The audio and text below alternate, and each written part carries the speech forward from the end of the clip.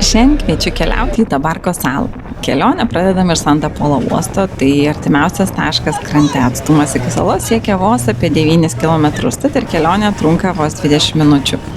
Plaukti galima įvairiais laivais, nuo didelių katamaranų iki mažų vandens taksi katerių. Mes pasirinkome mažesnį katerį, nes kaip tik buvo jo išplaukimo laikas. Nors vėjas apskritai nebuvo didelis tą dieną, bet plaukiant mažų katerių pūtė lyg pašėlęs. Vanduo taškė ir, sakyčiau, tikrai gavome šiek tiek adrenalino. Bilietas į abi pusės mums kainavo 9 eurų žmogui.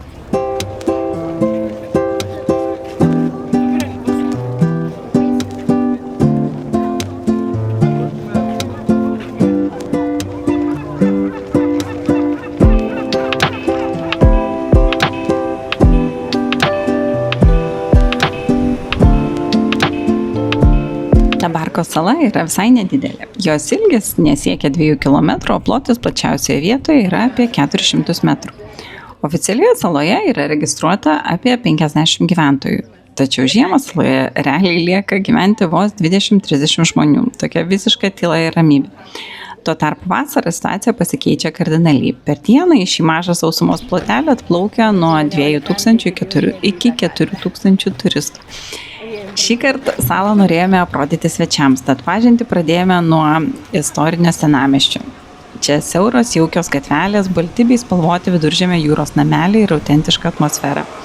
Užsukome į vietinės parduotuvėlės pasidairyti.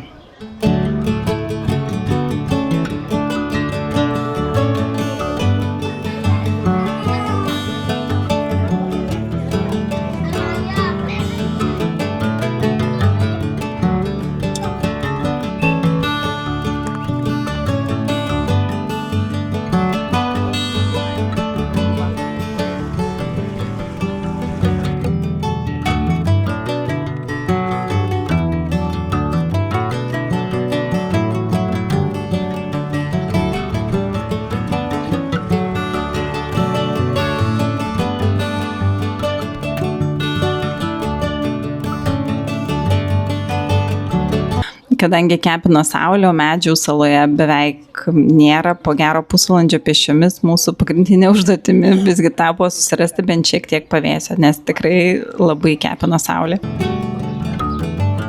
Prisėdome kavinėje atsigaivinti.